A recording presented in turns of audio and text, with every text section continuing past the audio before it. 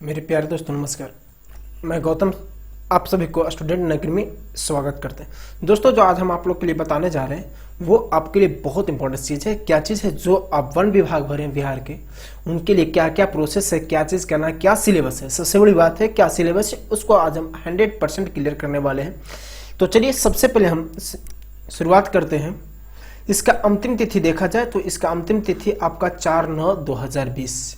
यदि जो अभी तक फॉर्म नहीं भरे वो आप बहुत आराम से अपना फॉर्म भर सकते हैं, भरिए। इसकी कुल सीटों की संख्या कितना, जरा गौर कीजिएगा। इसकी कुल सीटों की संख्या 484 है। आइए इस किसका विज्ञापन संख्या कितना है? 3/2020 यानी 3/2020 के तहत ये आपका किया गया है। इसकी अब जो फॉर्म भरने के प्रक्रिया था वो दिनांक कब से? 21/7 से आपका है। चलिए बढ़ते हैं कुछ और आगे। इसमें आज हम करने वाले हैं इसका देखा जाए इसका नियमावली। जो वैकेंसी निकाली है इसमें किस नियमावली के आधार पर काम कर रहा है, तो ये आपका हाईलाइट क्या हुआ?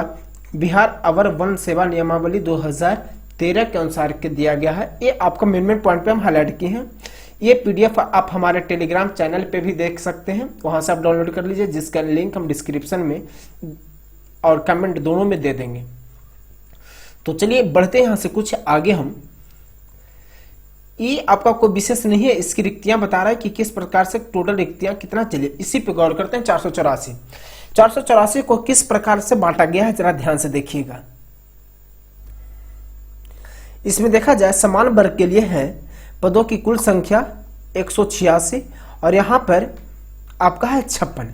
चलिए इसी पर आर्थिक रूप से कमजोर वर्गों के लिए 41 और 12, अनुसूचित जाति के लिए 72, 25, अनुसूचित जनजाति के लिए 7, 2, अति पिछड़ा वर्ग के लिए 46, 17। चलिए कुछ और देखते हैं। आपका नीचे है पिछड़ा वर्ग के लिए 125, 17, पिछड़ा वर्ग महिलाओं के लिए 7 है। इसका योग हुआ 484, जिसमें से 9 देखिएगा 9 किसके लिए है। यहाँ पे आप देख रहे हैं पोता पोती, जो सरकार द्वारा पेंशन जो यानी स्वतंत्रता सेनानी में उनके लिए प्रीफरेंस दिया गया, उनके पोता पोती नातिन नतनी के लिए प्रीफरेंस दिया गया। चलिए इसकी चर्चा आगे भी हम करेंगे कुछ। आइए कट ऑफ तिथि यानी जो आपका डेट है, आयु सीमा है, क्या है और किस डेट से आपको लेना है, वो आपका डेट है 1 जनवरी 2020 से। आपको इसमें से आपको घटाना होगा जो आपका जन्म तिथि है, उसमें से आप घटाइए। चलिए आगे जो उसका कितना एज चाहिए उसकी भी हम चर्चा करेंगे। तो चलते हैं आगे। आरक्षण, आरक्षण इसमें है। आरक्षण इसमें क्या चीज है जरा ध्यान से देखिएगा।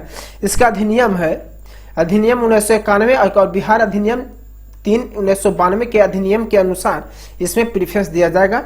महिलाओं के लिए प्रावधान है। आरक्षण प्रावधान के अनुसार 3% पिछड़े वर्ग के महिलाओं के लिए है।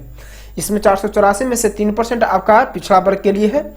तो बचा आपके पास 97%, उसमें से 35% गैर आरक्षित कोटि महिलाओं के लिए भी है। चलिए बढ़ते हैं आगे। आइए यहां से है जो हम चर्चा कर रहे थे 9 सीट था, वो सीट क्या था? राष्ट्रीय स्वतंत्रता सेनानी के पोता पोती जिनके दादा या नाना बिहार के स्वतंत्रता सेनानी बिहार के होंगे, वो यदि पेंशन उनको मेरा वो प्रूफ दीजिए, आपको आरक्षण मिलेगा। चलिए इसके बाद हम देखते हैं आगे इसमें क्या क्या चीज की जरूरत है आपको ये फॉर्म भरने के लिए। 8वां नंबर में आपका कि क्या किस चीज की आवश्यकता आपको है। चलिए सबसे पहले आपको भारतीय नागरिक होनी चाहिए। हाँ, केवल ऐसा नहीं कहा गया कि आप बिहार में तो केवल बिहार वाले ही भर सकते हैं, ऐसा नहीं है। आप अदर स्टेट से भी है वो भी फॉर्म फिलअप कीजिए। आइए सबसे मेन पॉइंट है, सबसे बड़ा कंफ्यूजन चल रहा था कि इंटर साइंस वाला भरे कि आर्ट्स वाला भरे कि क्या भरे, कौन से नहीं भरे। सबसे बड़ा परेशानी यहाँ पर यही था। तो यहाँ पर ऐसा कहीं नहीं दिखाया गया है कि किसको भरना और किसको नहीं भरना है।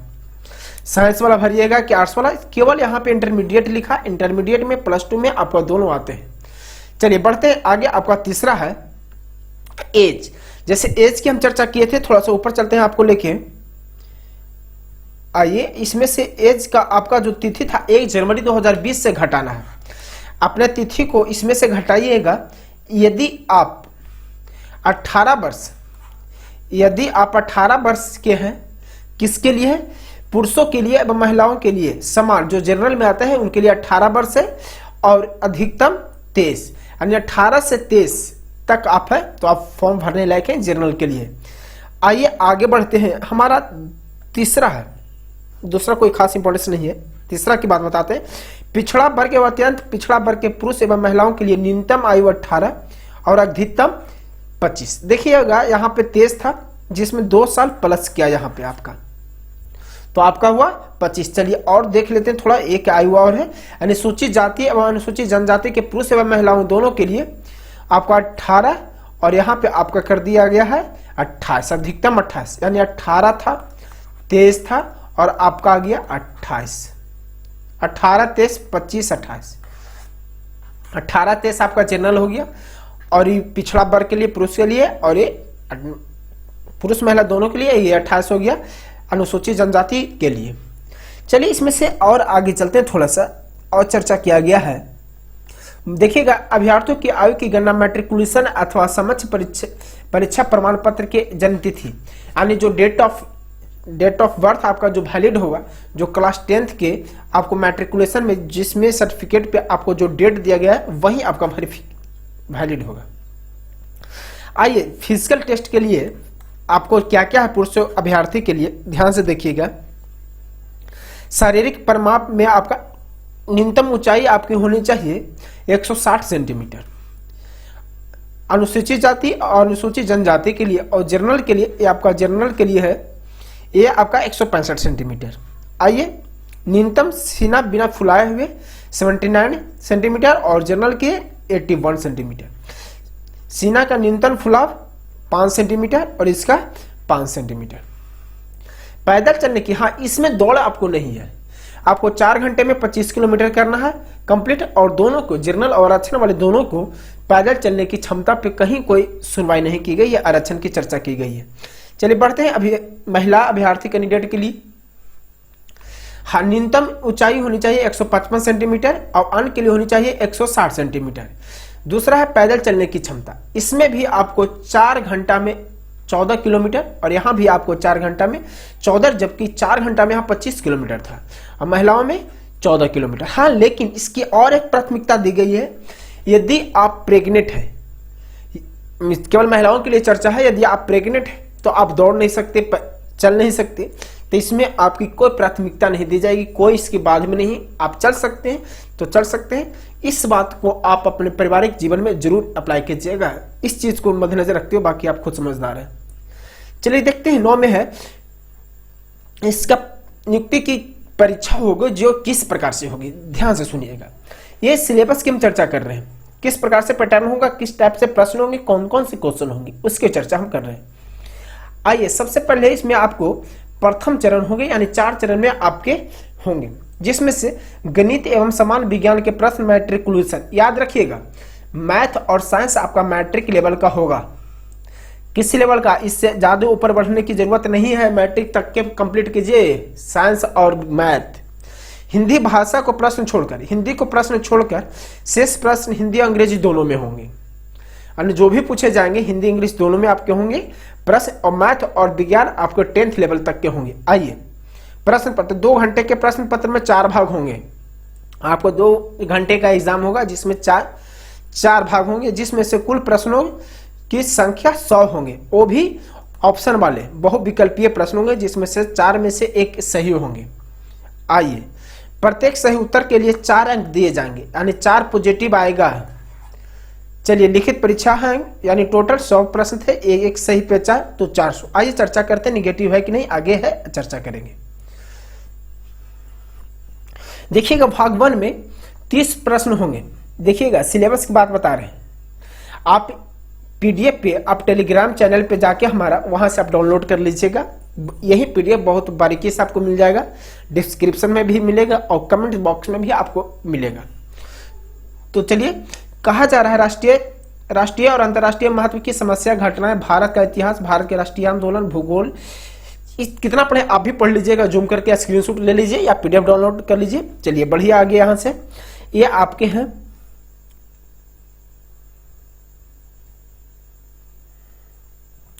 देखिएगा 4 भाग में 30 में से आपका समझ जाइए जीएस टाइप का। दूसरा भाग में 25 प्रश्न होंगे जो 10वीं स्तर के आधारभूत संख्या यानी मैथ है, दूसरे 25 मैथ आने वाले हैं।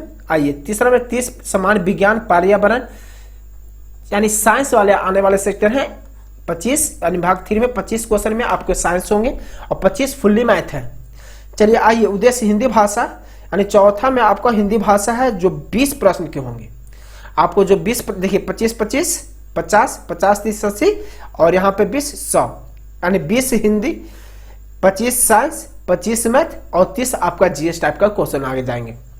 आइए, प्रश्न पत्रों के स्वरूप आमतौर पर निम्न प्रकार के होंगे। दिए गए गद्यांशों को समझना, शब्दों का प्रयोग तथा भंडार और हिंदी व्याकरण। देखिएगा गद्यांश आपका यानी 20 क्वेश्चन में से गद्यांश से चर्चा किया जाए तो कम से कम आपका 10 क्वेश्चन को गद्यांश से ही आ जाएंगे। शब्दों का प्रयोग तथा भंडार और हिंदी व्याकरण भी फोकस कीजिए, 4-5 क्वेश्चन हिंदी व्याकरण से ही होंगे। और फिर जो शब्द को बोला जा रहा है और प्लस गद्यांश में तो 8 से 10 क्वेश्चन तो होना ही तय है।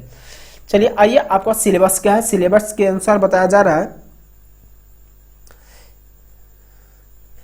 Negative marking. देखिएगा ध्यान से कहा जा रहा है, एक सही पे 4 दिया जा रहा था सही पे, और आइए निगेटिव पे क्या है चर्चा कर देखते हैं। प्रत्येक प्रश्न के उत्तर के लिए 4 विकल्प है। उम्मीदवार द्वारा प्रत्येक प्रश्न के दिए गए गलत उत्तर के लिए उस प्रश्न हेतु दिए जाने वाले अंकों की 1/3 3 में से 1 आपका 3 गलत पर 1 सही नंबर आपको काट लिए जाएंगे। चलिए बस चलते हैं, आप समझेंगे होंगे। ओमार्क शीट सब की ज्यादा हम डिटेल से नहीं कर रहे हैं, इसलिए डिटेल से नहीं कर रहे हैं काहे कि वीडियो लंबा हो जाएगा फिर आप देख नहीं पाइएगा। चलिए बढ़ते हैं आगे। यहाँ से ये आपका सीट है, कट ऑफ मार्क्स, ये मायने नहीं रखते, एग्जाम पर डिपेंड है, इससे ज्यादा भी जा सकता है या इससे कम भी। तो दोस्तों इसी के साथ यदि आप हमारा पीडीएफ देखना चाहते हैं तो टेलीग्राम चैनल से कर लीजिए। इसके साथ हमारा वीडियो समाप्त होता है। जय हिंद, जय भारत।